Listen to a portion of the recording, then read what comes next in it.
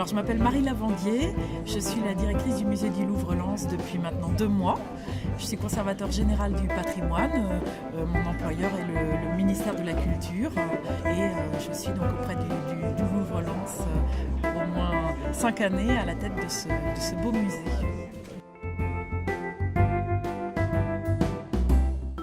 Alors c'est une relation qui est complexe. D'abord dans les musées et en particulier au musée du Louvre-Lens où on présente des collections du musée du Louvre, on présente des collections qui peuvent relever aussi bien de l'art que des métiers d'art, avec en particulier pour les périodes médiévales par exemple, y compris dans le monde islamique, une attention qui est portée peut-être prioritairement à la manière de faire, au savoir-faire, à sa transmission aussi, à sa transcription en des œuvres qui pour autant peuvent viser à l'unicité, à être les plus belles du monde. Et c'est là que le musée les distingue.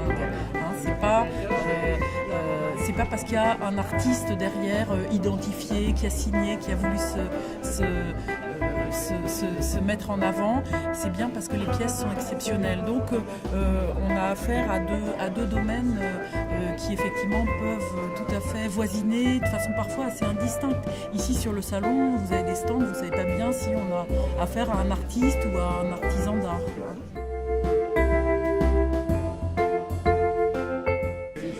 Moi, j'y accorde une importance particulière. D'abord, c'est très important pour mon propre métier de conservateur de comprendre ce que sont les métiers d'art, parce qu'ils participent très souvent à la réalisation d'œuvres d'art, d'œuvres d'artistes. Alors par exemple, tout ce qui est œuvres éditées, ici il y a des très beaux stands de gravures par exemple, œuvres éditées sculptées aussi, par exemple les tireurs qui réalisaient les bronzes de Rodin, finalement par l'excellence de leur travail, apportent véritablement à l'apparence finale de ces œuvres qui sont évidemment des œuvres d'art mais qui impliquent des savoir-faire d'artisans d'art et relevant des métiers d'art. Donc déjà en termes de connaissance, en termes de compréhension de ce qu'est un objet fini, signé par un artiste ou pas, je pense que c'est quelque chose de très très important. Donc quand on étudie l'histoire de l'art, moi je trouve qu'on ne peut pas ne pas étudier la technique, on ne peut pas ne pas étudier les métiers d'art. Et évidemment, le moyen génial, merveilleux, heureux de le faire, c'est ce genre de moment où on peut rencontrer des gens qui les pratiquent, ces métiers.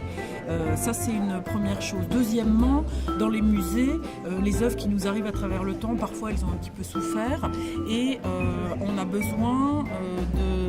besoin de plusieurs choses. D'abord, on a besoin de comprendre bien comment elles ont été faites, ces pièces. Et là, les métiers d'art constituent souvent un vrai conservatoire de savoir-faire où il y a des gens qui peuvent vous dire « Ah ben ça, oui, voilà, c'est fait comme ça. Cet objet-là, aujourd'hui, il a cette tête-là parce que, je sais pas, par exemple, les cuivres ont été décapés avec des cols de poisson. C'est une technique particulière, traditionnelle, qui permettait de redonner de l'éclat, mais là, c'est sans doute ça qui fait que vous avez ce problème aujourd'hui, etc. » Donc ça, c'est quelque chose déjà de très important. Pour moi, les métiers d'art, c'est un patrimoine vivant. Et dans les musées, ça doit nous intéresser aussi absolument. Puis enfin, parfois, nos œuvres, on a besoin de les restaurer. Donc là, il y a des filières particulières, avec des diplômes particuliers. Et d'ailleurs, des restaurateurs qui, parfois, peut-être réfuteraient le terme de métier d'art. Mais enfin, il n'empêche que les métiers de la restauration ne peuvent pas laisser insensible le conservateur de musée que je suis. Donc, c'est vraiment des choses dont on a besoin au quotidien et qui, je trouve, éclairent nos pratiques et nos compréhensions de l'art.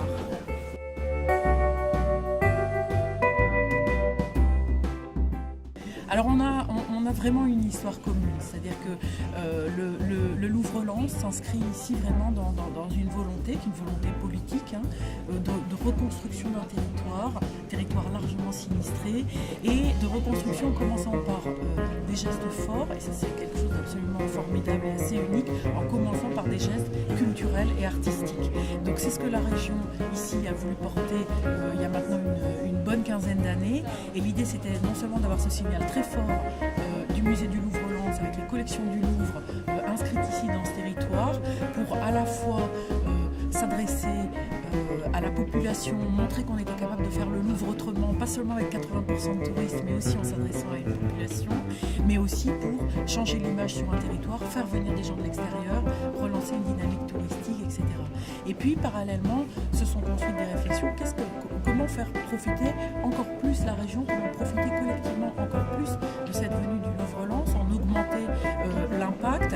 Et l'idée de la région, ça a été effectivement de développer un projet autour des métiers d'art, dont le salon que vous voyez aujourd'hui est évidemment un des principaux fleurons, et avec l'ambition d'aller plus loin peut-être un jour vers des projets d'instituts de formation d'envergure internationale.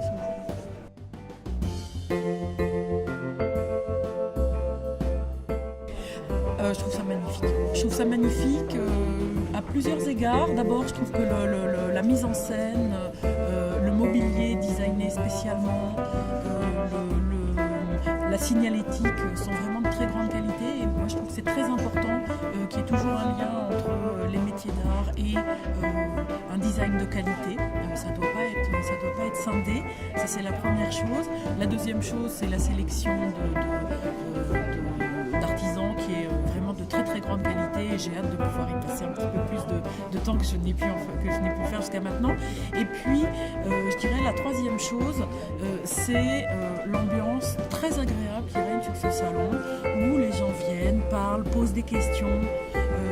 Je crois que les artisans sont ravis de ça, qu'on vienne les voir, qu'on les interroge, et c'est un lieu de dialogue et d'échange qui se joue aussi à un autre niveau, ce que j'ai découvert en parlant avec les uns et les autres des exposants, puisque entre eux aussi, les exposants échangent des tuyaux, des combines, des conseils de produits.